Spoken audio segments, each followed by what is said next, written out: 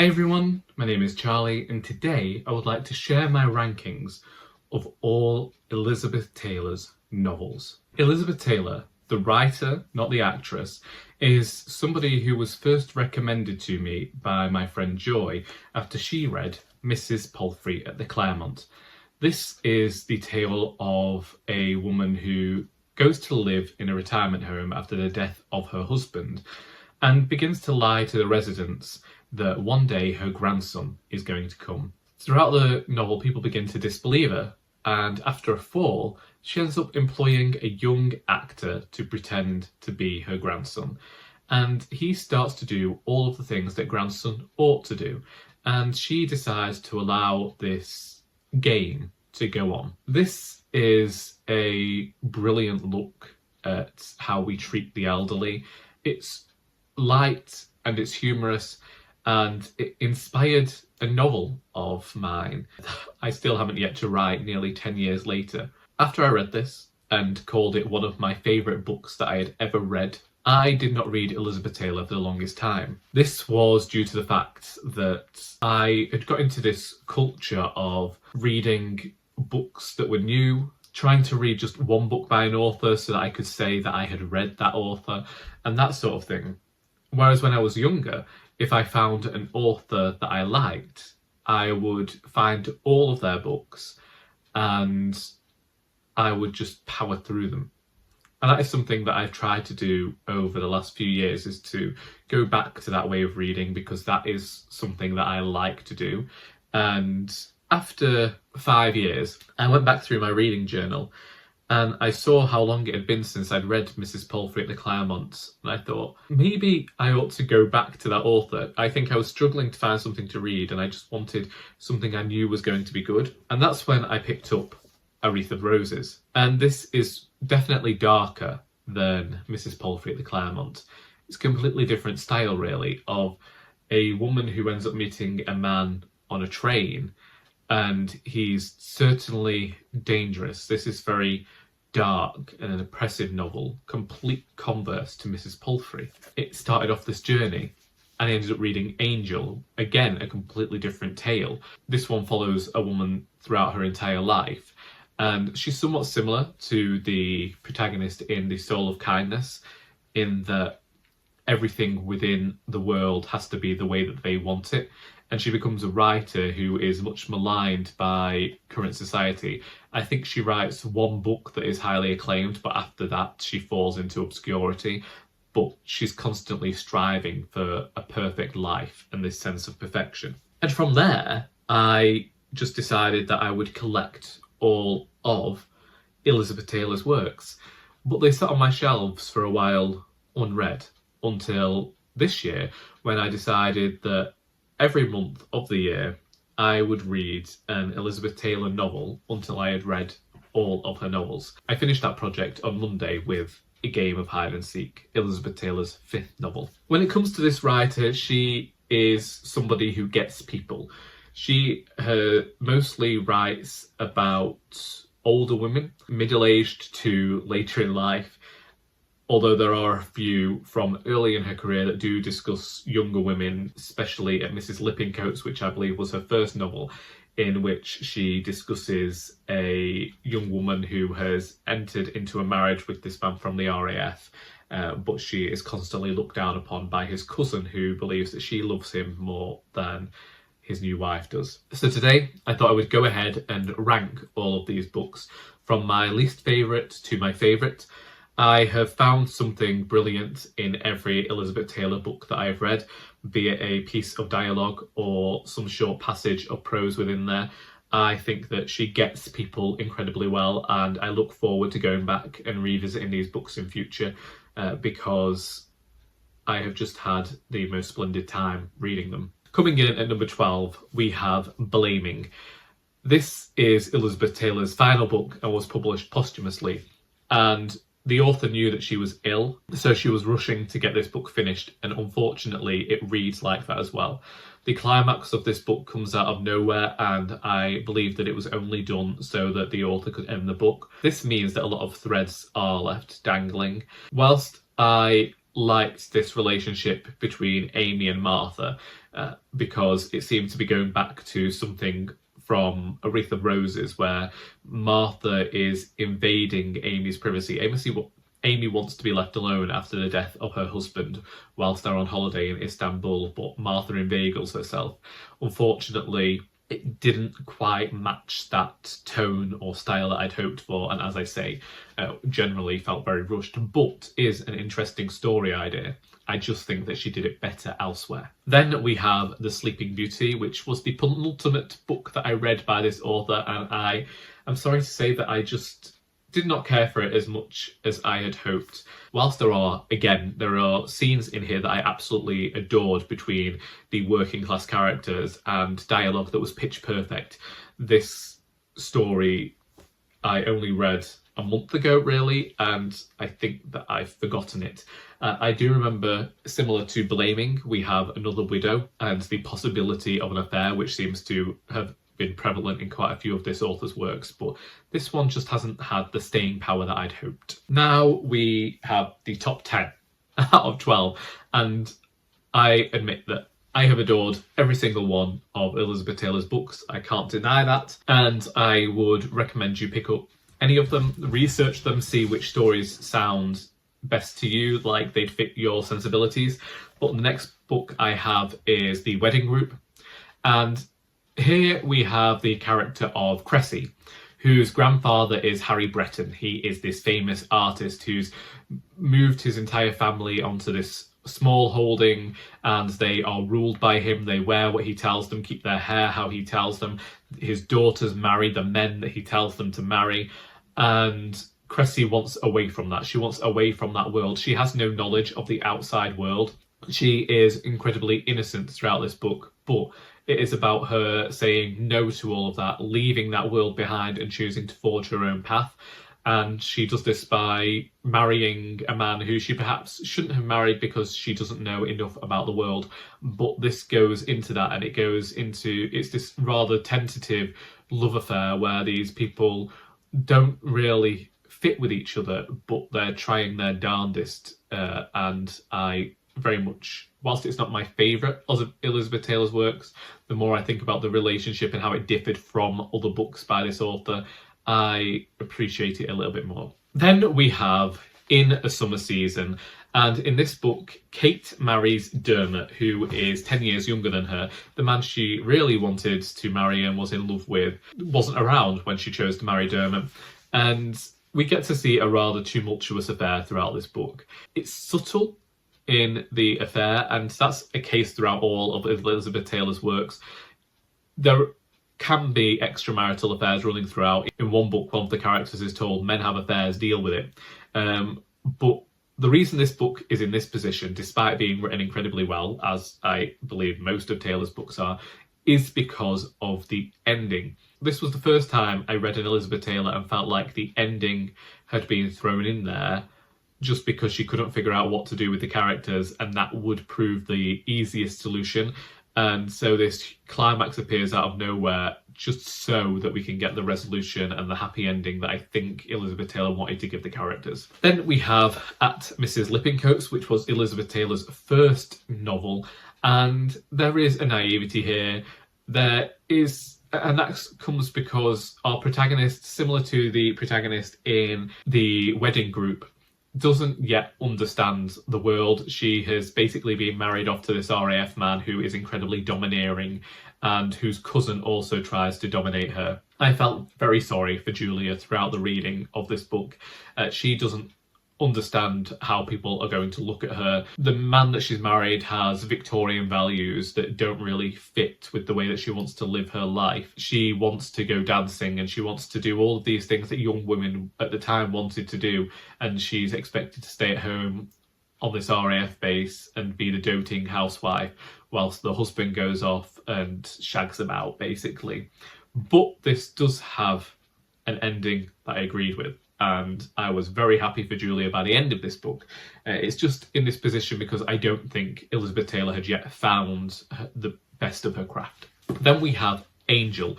There are a few cases where the author writes about writers, and this is an entire novel about a novelist. Angel / Angelica Deverell is an awful human being, incredibly precocious, and she creates this novel. I believe I'm pretty confident that she's the character who, if she doesn't get her own way, she pretends to be ill and she observes the world from her sickbed. She writes a novel that is critically acclaimed when she is just a teenager, and nobody can believe that she is the author of this work due to how fantastic they find the work to be. Yet she never manages to achieve that same level of accomplishment ever again, and we follow her life as she keeps striving for perfection and not necessarily finding it.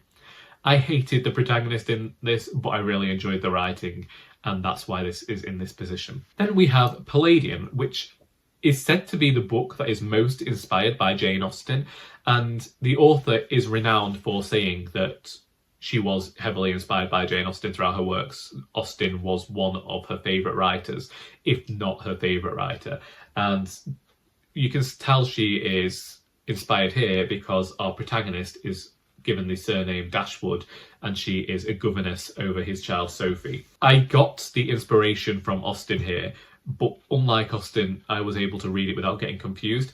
Sometimes I do wonder whether to go back to that author and give them more time. Maybe I'm just not at the age where I can understand it yet. I don't know.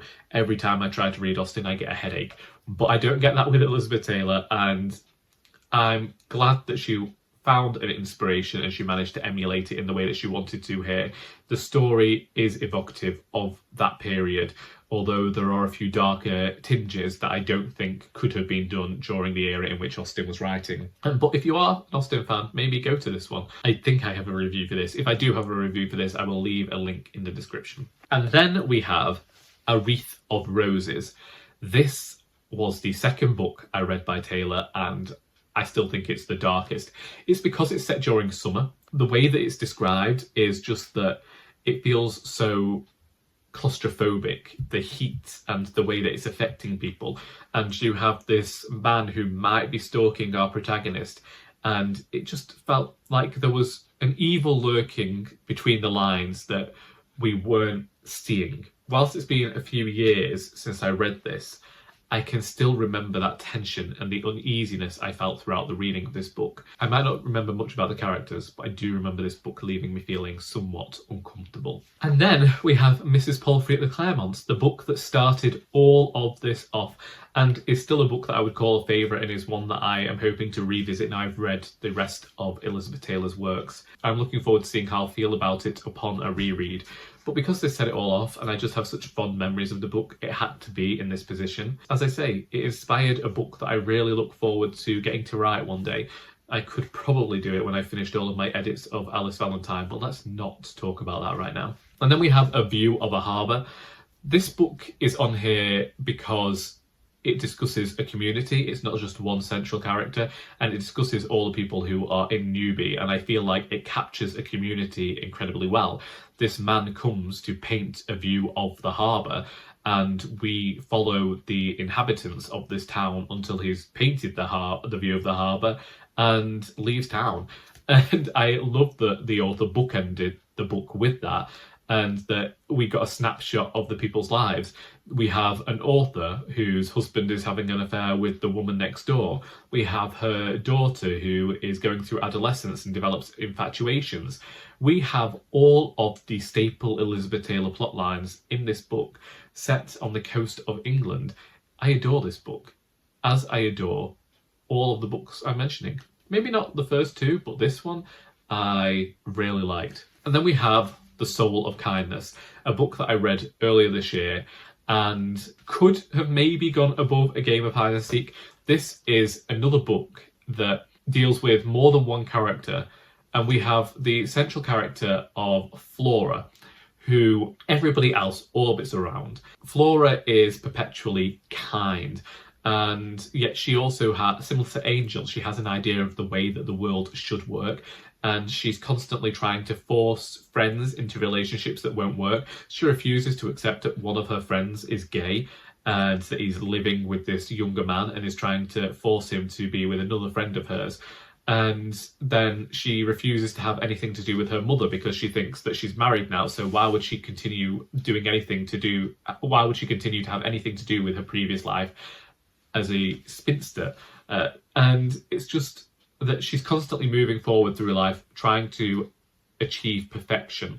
Yet at the core of this book, what we discuss is loneliness, and how through her meddling and trying to make everybody like each other, she's actually led to them feeling more alone than they've ever felt before. And we got to a chapter in here that's the longest chapter in the book that deals with Christmas, and that is so vividly imprinted upon my mind because it felt like I understood what Elizabeth Taylor was doing with this book, and it was such a poignant time and an examination of these characters, and thinking if it hadn't been for the protagonist's interference, how different their lives would have been. And this is a standout among all of Taylor's works. And then we have the book that was the last book I read by Elizabeth Taylor, and that I finished the other day and immediately thought this was the best of her work, and that is A Game of Hide and Seek, which was her 5th novel. And the reason I think that it's the best of her work is because it has all of the staples of an Elizabeth Taylor novel, and it executes them perfectly, in my opinion. Similar to The Soul of Kindness, which had that Christmas chapter, one scene and chapter from this book is the 3rd chapter. It's going to stick in my mind, and it's going to be Harriet working as a shop girl, and it propels the plot forward in that this is where Harriet meets her future husband, but it's also incredibly different from anything else that the author has written. This is where I just felt like I was a friend of all of these characters, and I was wishing the best for them, and it felt like the most fully formed of Elizabeth Taylor's works, as though she finally understood what she was doing, and that all the work she'd done in the previous books, the 4 books before this, had been leading to her getting it. And I love that, and I really felt like this had a perfect end as well. It didn't feel as though the climax had been shoved in here. It was a very simple ending, and it felt like the explosion had happened off page. This was the characters returning to themselves and speculating about the future. I'd avoided this book because of the plot, and then I started reading it, and it was a time when Taylor did that plot perfectly, in my opinion. And that's all of Elizabeth Taylor's novels. And what does that mean for me? Because way back in 2020, my good friend Joy Winkler lent me the complete short stories of Elizabeth Taylor, and I have had this in my house ever since and not picked it up. It's sun damaged, but I'm hoping that I didn't do that. It sat on a shelf on my bookcase or on a table for all that time, and now I have decided it's the time to continue with my Elizabeth Taylor project. I know that she wrote 5 short story collections in her life: Hester Lily and Other Stories, The Blush and Other Stories, A Dedicated Man and Other Stories, The Devastating Boys, and Dangerous Calm. My intention with this book is that I will find out which short stories were featured in which books, and then I will read this as though I am reading a short story collection each month. So there are 5 months left of the year, and there are 5 short story collections within this tome. Therefore, it's going to have been a year of Elizabeth Taylor. We are continuing this project until the end of the year, and I won't be doing a ranking of Taylor's short stories because there's just too many to count in here. But each month, I'm hoping to get back to you and tell you about the short stories I've read by the author that month, starting in August. And I'm glad of that. I have really enjoyed my time reading Elizabeth Taylor, and I'm glad that it doesn't have to end with the novels, that I have the short stories to go to. And it intrigues me because she sometimes has had tales in her novels that have felt like short stories. Whenever I talk about this author, I talk about how she'll sometimes write a vignette and it feels perfect, or a piece of dialogue. And I'm intrigued to see what she does with the form in a short story. That's that, really. Those are all of the books by Elizabeth Taylor. Those are my rankings. And if you've read Elizabeth Taylor, would you have ranked them differently? Do you have a favourite book by this author? I do have plans to go and seek out some of the writers that I've seen are associated with her, notably Elizabeth Bowen, who she apparently regularly got confused with. That's me. I hope that you have enjoyed this video, because until next time, that is all.